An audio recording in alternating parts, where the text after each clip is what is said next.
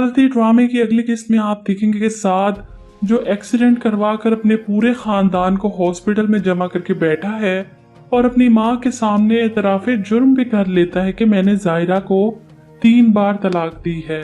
जैतून बेगम बजाय अपने बेटे को लान तान करने के कि तुमने फिर कुरान पाक की झूठी कसम क्यों खाई, इसे कहती हैं कि अब ये बात दोबारा जुबान पर मत लाना, मैं जायरा को तुम्हारी जिंदगी में वापस ले आऊंगी।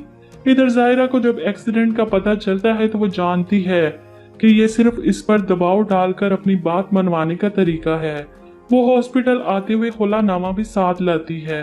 जैतून बेगम जायरा को देखकर साद को इशारा करती हैं और बाकी सबको कमरे से बाहर ले जाती हैं कि चलो मियाँ बीवी के दरमियान में क्या करना है हमें।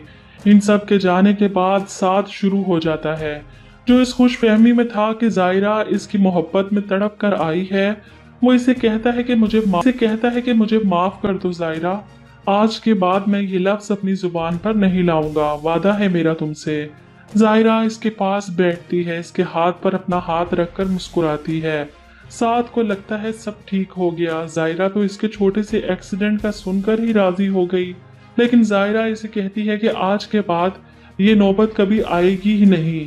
वो खुलानामा साद को देती है और कहती है मेरी तरफ से जियो या मरो, इन पेपर्स पर साइन कर देना बस। वो उठकर चली जाती है जबकि साद चीखता चिल्लाता ही रह जाता है।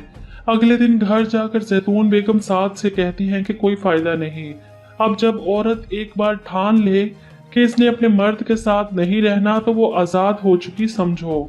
ये सुनकर साद को शदीद गुस्सा आता है। वो अपनी माँ को धक्का देता है, आप हटें पीछे। वो खुलानामे को भी आग लगा देता है, नहीं मानता मैं ऐसे किसी कागज को। दूसरी तरफ जायरा के मामू इसी जिद पर अड़े हैं कि जायरा गलत कर रही है। वो अपनी बहन नफीसा बेगम पर जोर डालते हैं कि मर्द के बगैर इस मुआशरे में औरत का गुजारा नहीं, अपनी बेटी को समझाओ। जिस पर जायरा कहती है कि मेरे नाम के साथ इसका नाम जुड़े ये मुझे हरगिज़ गवारा नहीं। दूसरी तरफ मायरा को लगता है कि जायरा ये सब कुछ इसके शोहर की शय पर कर रही है।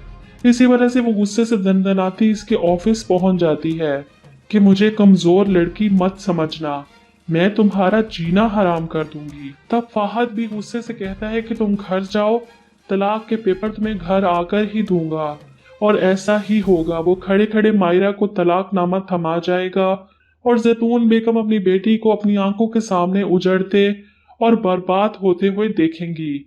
दूसरों की बेटियों को बर्बाद करने वाली अपनी बेटी की बर्बादी पर शायद समझ जाए कि बेटी का दुख क्या होता है, लेकिन जैतून बेगम के अभी सुधरने के आसार नजर नहीं आ रहे जब तक इनके चौथे बच्चे का भी घर बर्बाद नहीं हो जाता। आप लोग क्या कहते हैं इस बारे में? कमेंट सेक्शन में अपनी राय जरूर दीजिएगा।